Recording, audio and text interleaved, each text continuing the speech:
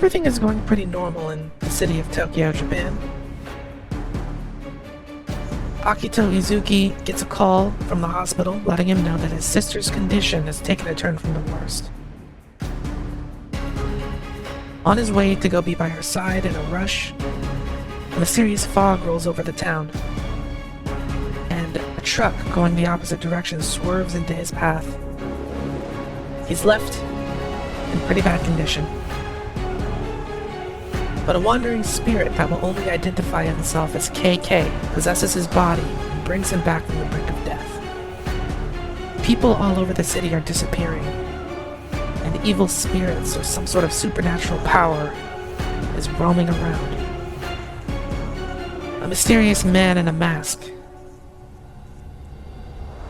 is summoning evil entities known as visitors, sealing disembodied spirits of the civilians away in cages all across Shibuya. Akito is told by KK, the spirit now possessing him, that he intends to use his body in order to stop this. But Akito can only really care about the fate of his sister, and has no intention of helping. That is, until of course he finds out that this evil plan has something to do with her, and that the life of both him and his sister are tied to the fate of the city. So, with all of that being said, there's really only one thing that he can do, right?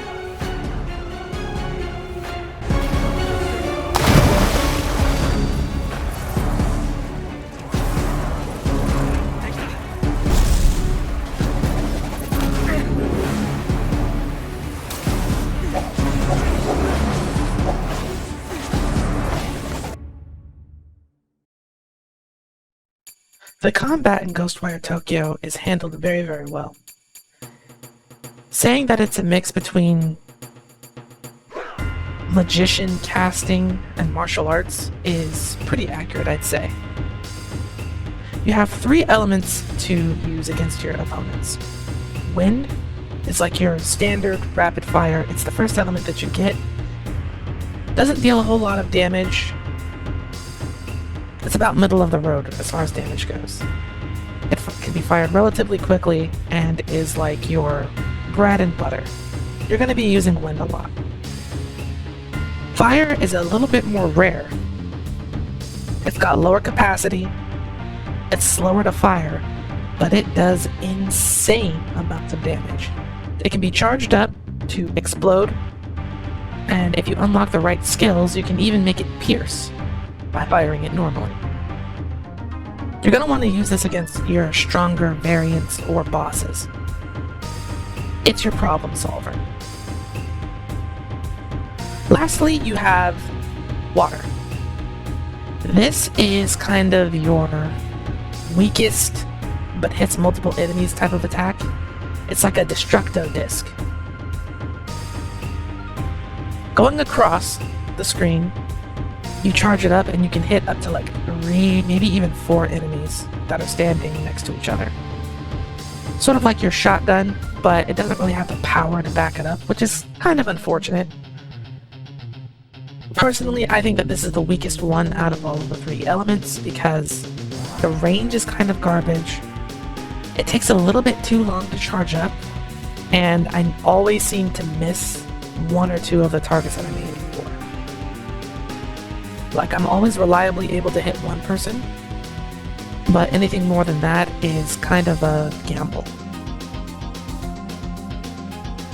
That being said though, it's really satisfying to switch between the elements because it's all done through hand signs.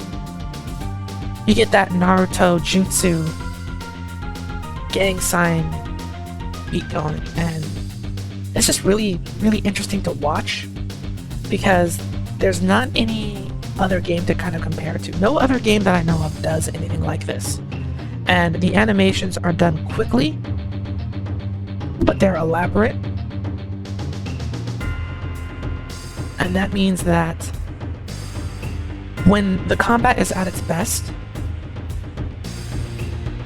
you feel like a Japanese Ghostbuster, tearing out the cores of the visitors. Has a certain delay to it, so you have to hold it in order to pull it out, and it really does make it feel like you're just getting in there and just tearing their insides out. That being said, however, when things aren't really going your way, if you're stuck in their rhythm and kind of just off your game, it feels like you've been just beaten. You feel like a set of drums at a rock concert. And it happens relatively frequently because, like I said, the environment is incredibly detailed, and that means that the trash can does have a physical presence and will block you. So when you're in your rhythm, everything feels great. When you're in the zone and when you're in control, you are this paranormal expert, and it feels like nothing can really touch you. But when things aren't going your way, they're using your face to dust off their knuckles.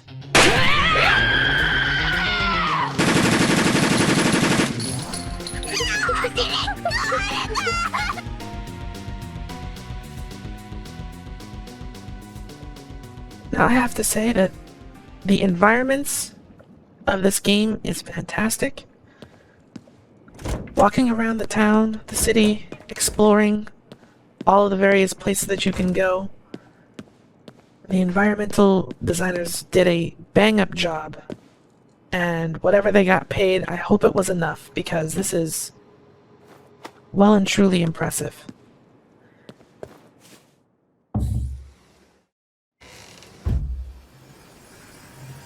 Inside of buildings, train stations, underground, above ground.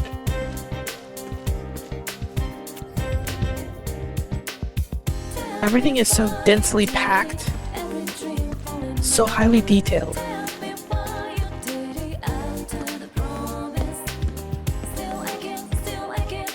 They managed to get the shine on the street from the moisture, leaves of the trees, the gentle breeze going, all of the various skyscrapers and buildings. You can go inside of convenience stores and even shop. It's been a real treat to explore the city. And what caught me off guard is there's a level of verticality that I didn't even think was going to be in the game. Let's see if I can find one to show you. Ah, there he is. So we're running around on the surface level, of course, and that's kind of what you would expect. That's probably what a lot of the footage shows you. But you find one of those guys flying around, and now you're on the rooftops.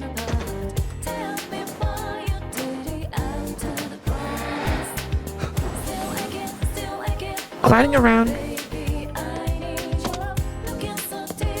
looking for spirits to save, looking for fights to pick. It's amazing. Now, I don't really have any reason to be up on this particular rooftop, except maybe to go get them.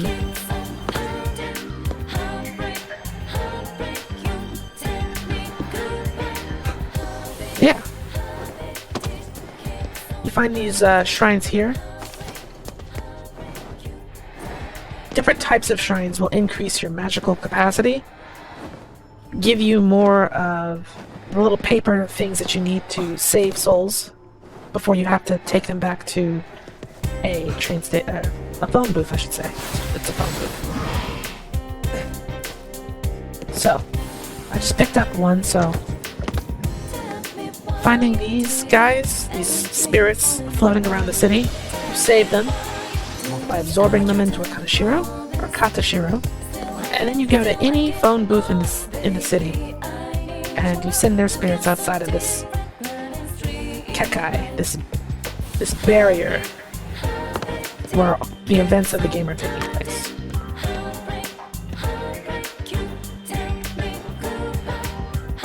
So,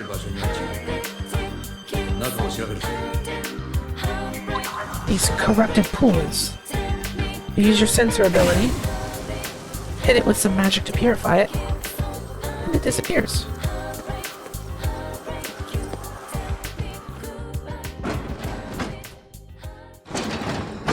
Having this level of detail in the world makes doing side quests something that you want to do, just so you can explore some more.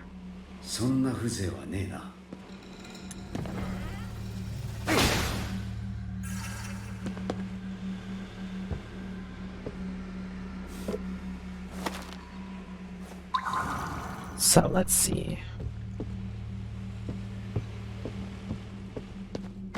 This bathhouse is corrupted, and we have to find the source of it. So you see, fully modeled bathhouse, even with a supply maintenance area.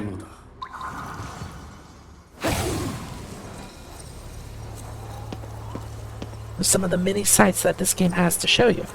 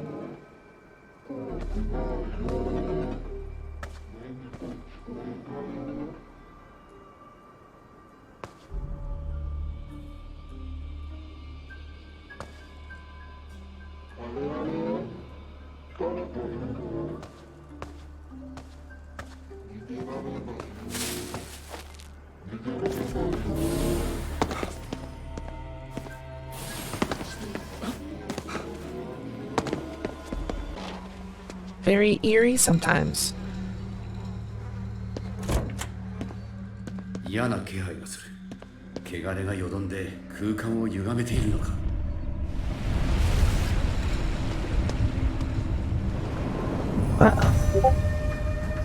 何ここ？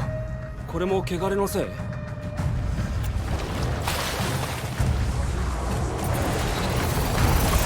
うしかないぞ。 And as you can see, we're no longer in Tokyo.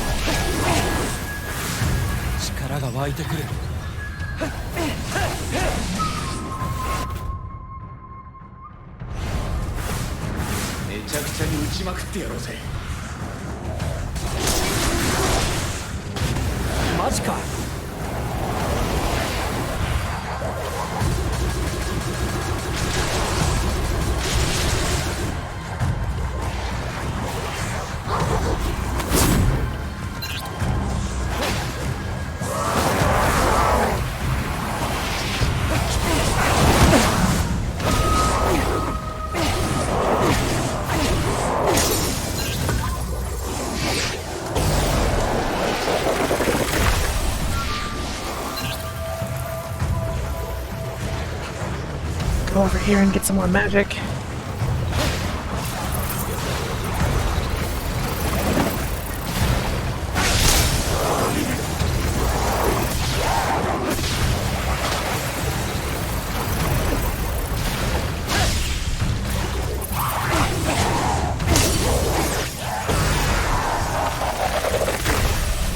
Let's see if they've got anything else for us.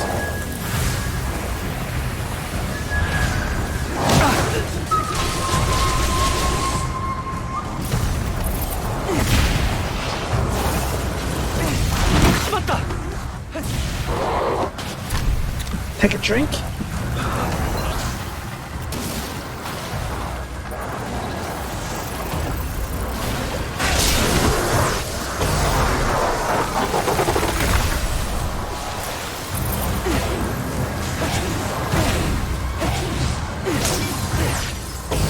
Come on, come on, come on.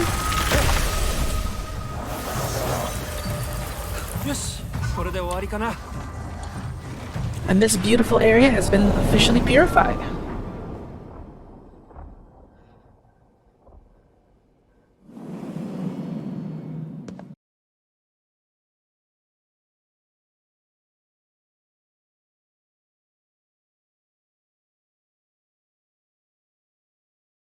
So this video went on a little bit longer than I thought it was going to, but it's okay. Ghostwire Tokyo is a great game. If you haven't played it, I highly recommend it. I actually really needed this because a lot of games have been letting me down, making me feel certain ways, and this was a much needed breath of fresh air. So that's Ghostwire Tokyo. If you've played it, let me know what you think about it down in the comments below. And as always, thank you so much for watching. I'll see you all later. The Holy Crusade must continue. It will continue.